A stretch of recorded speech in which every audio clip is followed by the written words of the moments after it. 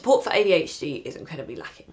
There's medication if you can get it, but considering psychosocial treatments are recommended for ADHD, they never actually seem to happen. So what actually are they, and are they any good?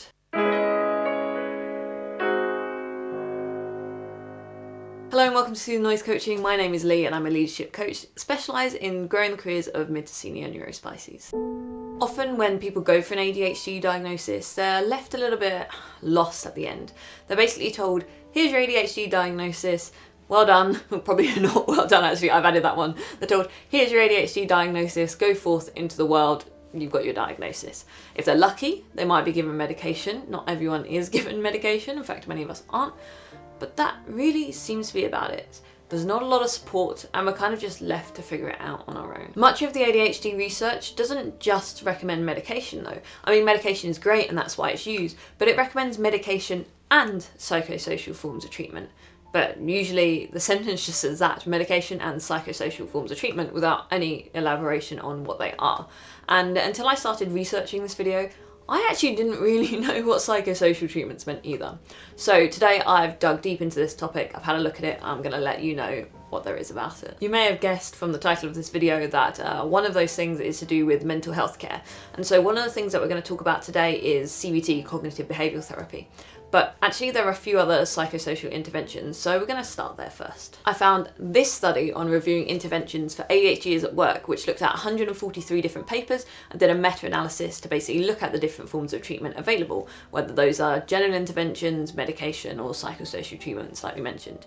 And what they actually found is that all of this stuff hasn't really been studied in depth in the workplace at all. That's not completely fair. Some of it has, there's just not a lot of it that has. So these psychosocial interventions, they tend to be sorted into a few categories, or they were at least in this study.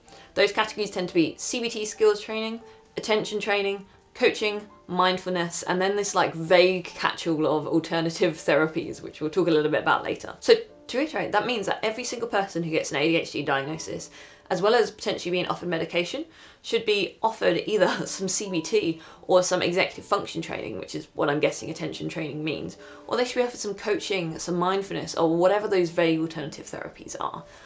That's not happening, is it? But say this was happening. What if every single person that had an ADHD diagnosis was offered one of these different interventions to try? What would be the outcome? Well, if we knew that, we'd have a pretty good idea of what interventions were actually really useful and what ones were a complete waste of time. And there's only limited research in this space, but let's try and take a look and see what picture is painted. Now, I have covered executive function training a few times actually, but in particular these two videos I'm going to link up above here. I've gone into it in detail there. It is useful if it's done in the right way, if it's done in the right thing, and needs a lot more studying, but go back and watch those videos if you're interested in finding out a bit more about this. I've also spoken about mindfulness a lot recently, and I did a whole video about that and why I really struggle and find it doesn't really work very well for me. So I'm not going to delve too deeply into those two in particular today. What I'm going to talk about today is two categories left, that's CBT and coaching. And now I do have to caveat this by saying that I am biased because I am a leadership coach and I got into leadership coaching for people with ADHD because I ended up accidentally coaching people with ADHD as part of leadership coaching, saw how helpful it was, saw that it was really beneficial and was like, yeah, I really want to go ahead and do this. So I fully believe in it. But I am biased, and so please keep that in mind as you watch the rest of the video. I will say I didn't go out there looking for evidence for coaching being amazing, even though I think it is. I did this research independently, and so I'm going to present the findings that I found independently of having any agenda.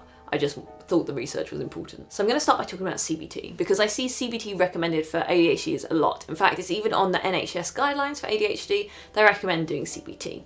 But if you go into the world, from people that I've spoken to, from conversations I've had online, there are really mixed responses about CBT, and I do question the efficacy of CBT that I've done myself in the past. So I went looking for research on this topic, and I came across this paper, Experience of CBT in Adults with ADHD, a Mixed Method Study. The study did exactly what it says on the tin. So they went out and they surveyed loads of people with ADHD who had done CBT and found what their experiences were.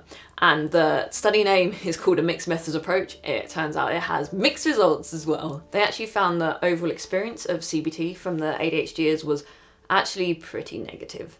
In fact, all but one of the participants actually had pretty scathing things to say, one of them even going as far as saying that the CBT was essentially incompatible with ADHD. They spoke about their working memory deficits not being taken into account, the fact that they struggle with emotional dysregulation, with executive function being completely ignored, and one of the participants actually said that it made things worse for them. This is not acceptable. Now, before you accuse me of being anti-therapy, I'm not. I've gone a few times. I want to tell you that I'm giving you the results from a paper that's based out of the UK, where there is an important nuance that I need to add here. Because with the exception of the one person that found it great, they all just did the bog standard CBT offered out in the UK. The person who had a really good experience did ADHD specific CBT. So that's CBT adapted to be specifically targeting ADHD. And I'm going to read you a quote from them because I think it's really important to what we're going to talk about a bit later. Here we go. What I liked about it was that I understood how my mind worked. So it was really kind of understanding what the strengths I think of ADHD were. I just felt that I'm more accepting of myself and I'm more aware of myself and I'm more aware of my kind of behaviours, if that makes sense. And I think this is the crux of it, right?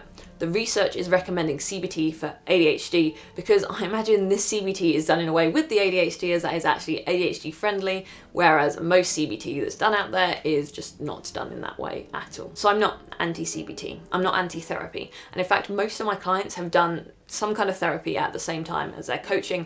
As I said, I've done therapy a few times myself.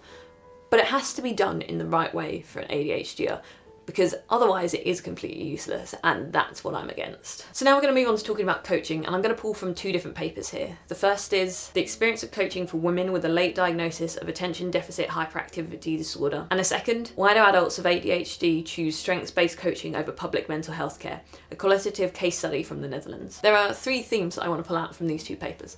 The first is executive function training, which has been really helpful. As I said, I've spoken about that in previous videos, go back and watch them, I'm not going to cover that one here.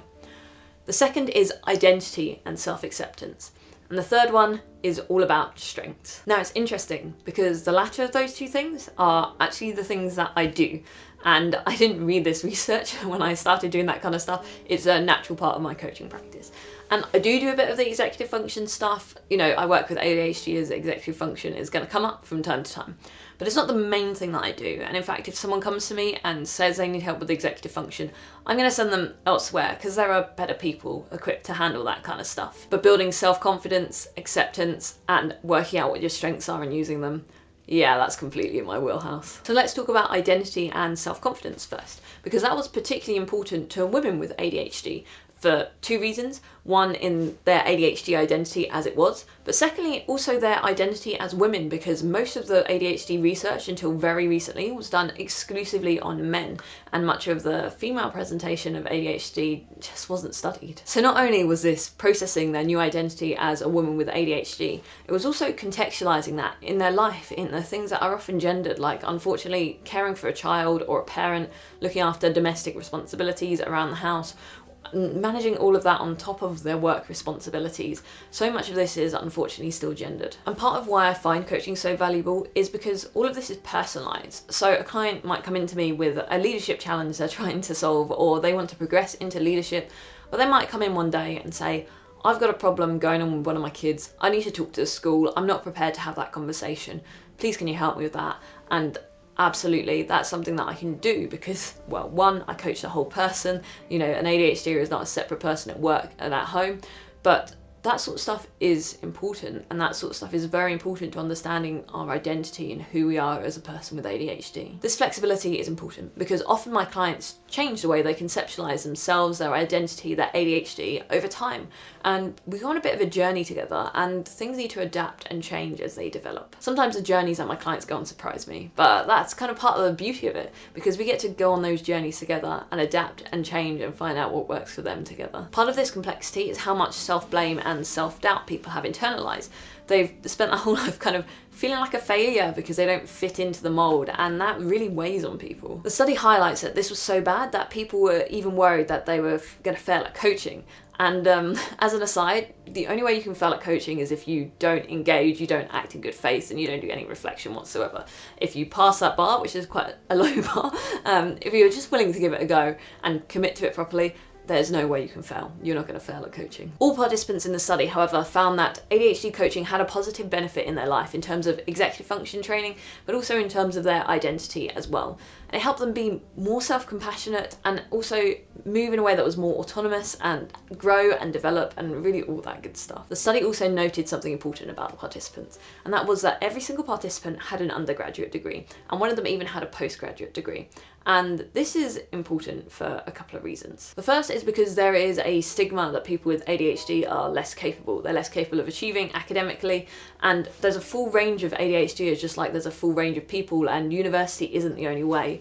But I think it's important to highlight this because it's a stigma, and it's a stigma that's wrong, and it's one that really frustrates me. In addition to this, the expectations of parents and students of kids with ADHD tend to be lower. And girls who have a higher IQ or a high verbal IQ tend to get not diagnosed until much later, or misdiagnosed, or just miss completely. And this stigma is particularly relevant to the second paper, which looks at why adults with ADHD in the Netherlands prefer strengths-based coaching over the public mental health care there. And part of the reason is because the strengths-based stuff was actually really affirming, going against all of that stigma. According to the study, strengths-based coaching aims to reinforce and utilise innate competencies to achieve goals established by both the client and the coach. And this paper is particularly interesting because it's about strengths-based coaching that isn't free, whereas the public mental health care is. So what is it about the strengths-based coaching that makes people pay for it versus the free stuff they get? To investigate this, they held 23 semi-structured interviews with clients of a private coaching facility in the Netherlands, and they were particularly looking for people who were critical, either in a positive or a negative way, to try and get unbiased opinions. So they were really open to the negative side as well as the positive side as well. So they asked for experience of the current treatment, any previous treatments, and then their experience with coaching, therapies, anything in general that I might have done that was in this realm. Perhaps unsurprisingly, given the earlier conversation, many of them had very negative experiences with therapy. Again, that's probably because the therapy wasn't very ADHD friendly, but they did all have really positive experiences with coaching. One of the big differences is that the coaching was personalised and unique to them. You know, they were very clear that they're not a number, they're a person, which I wholeheartedly agree with. And so they need some actual support that works for them. And it's much better than just being like, here are the meds. We take meds for ADHD, here are meds, fill this prescription, have meds. It's just completely not a personalised approach. They appreciated the whole coach and a client developing a relationship. They said they felt safe, which is something that I really strive for with my clients, and I'd like to think all of my clients have felt safe. Certainly no one's told me otherwise, but that's really important to me. In all seriousness, it's really important to have a safe relationship.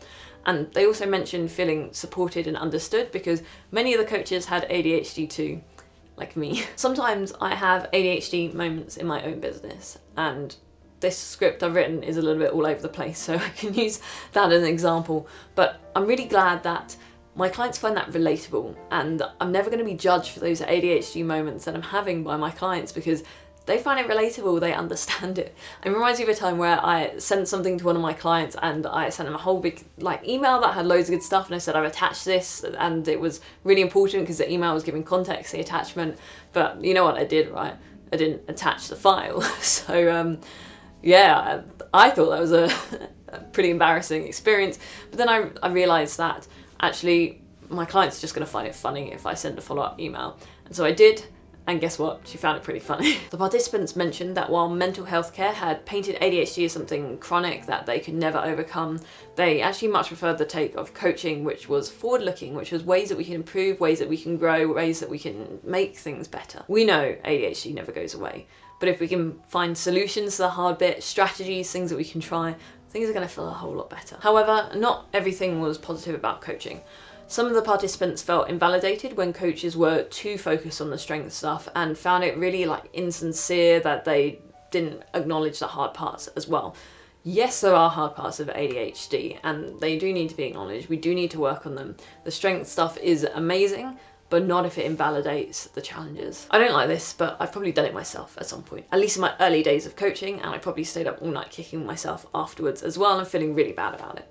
I like to think that now I'm in a much better place with it, because I do want my clients to realise they have strengths and they're amazing, but that shouldn't come at the cost of them feeling invalidated for the things they struggle with, which are absolutely fine. Like, it's okay to struggle with stuff and to find it hard. I'd like to think that my clients always feel validated by working with me, but I am an imperfect human being who is always learning and growing, and part of what makes me a great coach is because I'm willing to do the work and to learn and not pretend I have all the answers. Another problem that participants had in the study is that some coaches would tell personalised stories that I guess were meant to be relatable, but would just spend too much time telling stories and that wasn't actually useful to them. And I found that one really interesting because, at least from my experience, my coaching training, telling stories goes against the whole ethos of coaching. It's not about us, it's about the person in front of us. So I will never share a story unless it's like a really quick one sentence, like very, very tiny, not really about me at all, like to be slightly relatable or for a bonding moment, a rapport building moment. But unless I'm asked, I'm not going to share more than that because it's not about me. It's about the person being coached. The paper was pretty scathing on therapy and pretty bullish on coaching, but what they did note, and what is really important, is that therapy didn't work for these 23 people.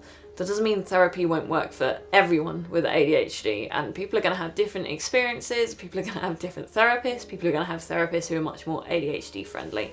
So again, not ragging on therapy here, it just has to be done in the right way. I will note here as well that the coaching that I do is slightly different to the coaching in these studies.